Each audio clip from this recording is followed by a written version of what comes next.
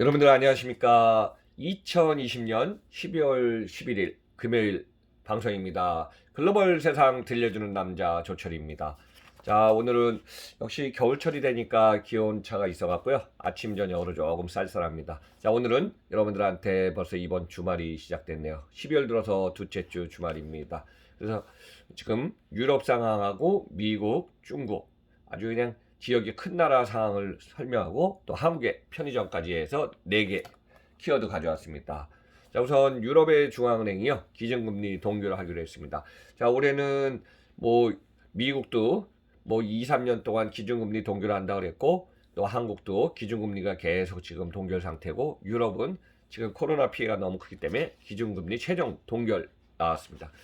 두 번째는 미국이 지금 일일 확진자가 20만 명이 넘는 상황에서 계속 지금 사망자도 일일 3천 명이 이르고 있다고 합니다. 그런데 이제 이로 인해서 봉쇄 조치를 하는 주가 많기 때문에 지금 미국의 신규 실업수당 다시 또 최다 수치까지 올라왔습니다. 세 번째 소식은요. 중국 아마 올해 전 세계에서 경제 성장률이 플러스 성장한 나라가 거의 손에 꼽을 정도입니다. 참고로 우리나라는 마이너스 1.0 정도고요. 중국이 올해 성장률이 2%대 예상되고 있는데 내년 21년 경제 성장 8%로 지금 최다 잡고 있습니다. 자, 네 번째 소식은 우리 요즘 한국에서 유통기업 중에 제가 그 전에 시리즈에서도 말씀드렸지만은 집 앞 편의점이 유일하게 앞으로 유통업계 오프라인 매장 중에서 오프라인하고 온라인 배달 배송 서비스까지 해서 앞으로 가장 생존하기 경쟁에서 지금 살아남는 기업 중에 하나가 될 것이다. 그렇게 말씀드렸는데 다양한 비즈니스를 하고 있습니다. 그래서 드라이브 스루 사전에 주문을 해놓고 자동차로 차로 가져가서 주문한 상품을 받아가는 드라이브 스루를 지금 시작한다고 하고 있습니다. 그래서 오늘은 4가지 소식을 중심으로 한번 키워드와 인사이트를 한번 좀 제시해 보겠습니다. 첫 번째 소식입니다. 유럽의 중앙은행이요, ECB가 기준금리 동결에 나섰습니다. 자, 유럽 중앙은행이 12월 10일 기준금리를 0%로 동결하기로 했습니다. 올해 코로나19 확산에 따라 경제적인 충격에 대응하기 위한 통화정책 수단은 완화적으로 지금 운영하기로 결정했고요. 올해 이 팬데믹에 따른 긴급 채권 매입 규모도요, 기존의 1조 3,500억 유로에서 1조 8,500억 유로로 지금 확대해갖고 5천억 유로 약 660조 원 정도를 확대하고 순매입 기간은 9개월 연장한다고 결정을 내렸습니다. 그런데 이제 예금금리와 한계대출금리가 있는데요. 예금금리는 마이너스 0.5%, 한계대출금리는 0.25%로 유지하기로 했습니다. 자, ECB는 팬데믹 긴급매입 프로그램 PPP의 채권 매입 규모를요, 지금 기존보다도 5천억 정도 지금 유로 확대한다고 했고 통화부양책 총 규모는 3조 유로 약 3,952조 원을 넘긴 규모라고 합니다.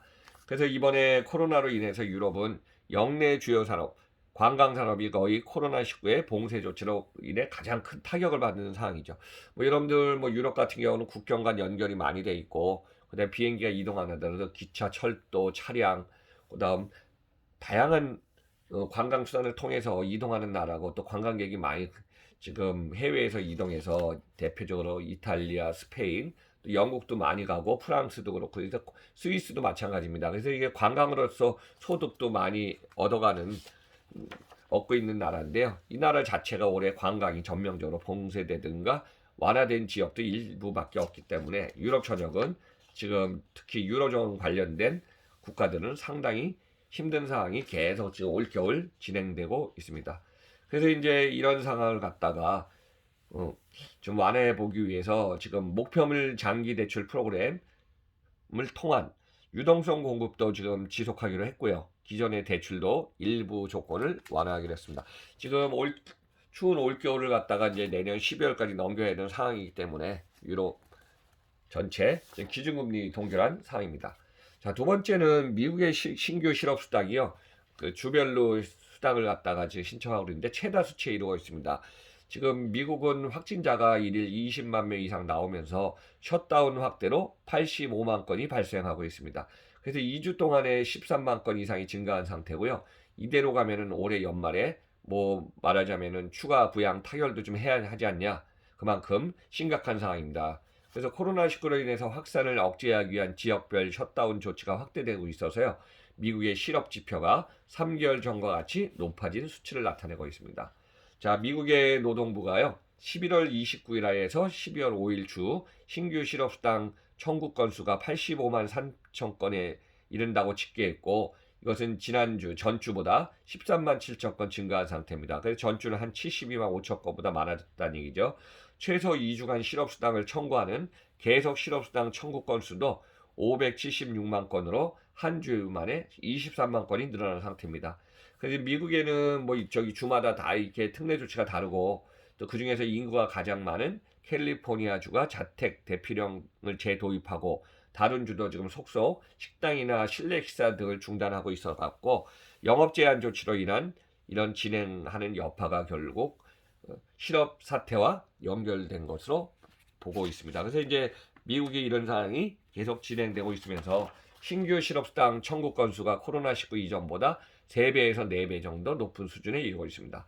자, 올해 2월에 코로나가 이제 전 세계적으로 확산하면서 미국도 3월 초에는 신규 실업수당 청구 건수를 매주 21만에서 22만 건 청구하면서 3월 셋째 주는 계속 올라가면서 이제 330만 건, 넷째 주에는 687만 건을 해갖고 급격히 늘어난 적이 있었죠. 그래서 그 후에 20주 연속으로 100만 건 이상을 기록한 적도 있었다가 다시 좀 실업수당 건수가 좀 줄어드나 했더니 계속 다시 늘고 있습니다.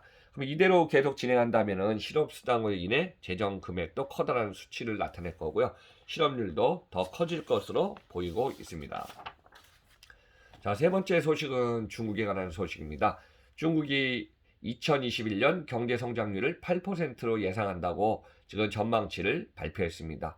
참고로 여러분들 올해 2020년은요. 중국이 2% 성장의 플러스 성장을 지금 나타낼 걸로 예상하고 있습니다. 올해 코로나로 인해서 전 세계가 마이너스 성장으로 최악의 한 해가 지금 될 것으로 예상되고 있고 진행 중에 있는데요. 중국은 올해 1분기 마이너스 6.8로 경제 성장률을 했죠.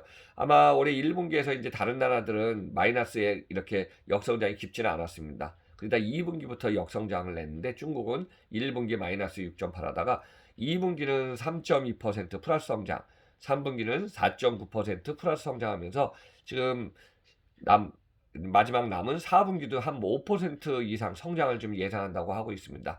그래서 수출액도 지난 10월 달 수치를 보니까 또 11월 달 수치를 보니까요. 그래도 무역액도 지금 큰 폭으로 지금 증가하고 있습니다. 그래서 올해 플러스 성장은 맞는데 2%냐 3% 전후냐 이 지금 상황이 지금 중국의 데이터가 좀 나와봐야지만 지금 그런 상황에 와 있습니다. 자, 국제신용평가사 피치가요 2021년 중국 경제성장률 전망을 지난 9월 달에 7.7%에서 이번에 상향 조정해서 8.0%로 지금 올려잡고 있습니다. 주요한 이유를 보니까요. 중국의 내수 증가에 대한 기대치, 또 제조업도 지금 많이 활성화되었고요. 두 번째는 수출 물량이 증가로 지금 뭐 4분기에 보니까 전 세계에 수출하는 물량이 계속 지금 늘고 있습니다. 세 번째는 코로나19 백신이 조금 좋아질 거다 개발하고 있고, 뭐 화이자나 모더나나 중국 자체에서 지금 개발한 백신을 갖다가 신흥공업국에 지금 수출을 한다, 또 제공한다 이런 얘기가 있을 것 같고, 중국의 국내 총생산 GDP를 높게 평가하고 있습니다. 자, 일본의 노무라 증권은요 9% 성장률을 예상한 전망치가 있고요. 프랑스의 나티시스 은행도 7.8%로 전망을 하고 있습니다. 그러니까 참고로 여러분들 중국은 전 세계에서 인구가 가장 많은 14억 4천만 명이고요. 1인당 GDP가 11,000에서 12,000달러 정도 진행 중에 있습니다. 그래서 이제 2015년에는 7.0% 성장하면서 계속 좀 떨어졌거든요. 16년에 6.8, 17년에 6.9, 18년에 6.8% 하다가 작년에 2019년에는 6.1%로 좀 많은 수치가 낮아졌습니다.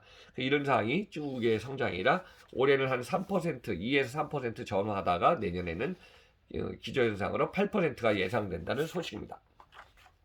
자, 네 번째 소식은요. 자, 우리나라 편의점에 들어가지 않고 드라이브 스루를 시작한다고 합니다. 그래서 지금 편의점 업계가 모빌리티 플랫폼 오윈과 협력해 갖고요. 앱으로 미리 주문해서 사전에 지금 주문을 하면은 편의점에서 물건을 갖다가 이게 패키징 해주면은 픽업하 편의점에 들어가지 않고 자동 차 안에서 주문한 상품을 받아가는 방식을 지금 진행 중에 있다고 합니다. 그래서 편의점의 드라이브 스루가 지금 진행되고 있고요. CU는 모빌리티 플랫폼하고, 그러니까 오윈이라는 비즈니스를 제휴해 갖고요. CU의 드라이버가 미리 주문한 상품을 차 안에서 받아갈 수 있는 방식입니다. 그래서 CU의 드라이브가 안전하게 이제 상품을 받아가고 수 있기 때문에 수도권에 있는 500여 개 점포에서 지금 도입하고 있고요.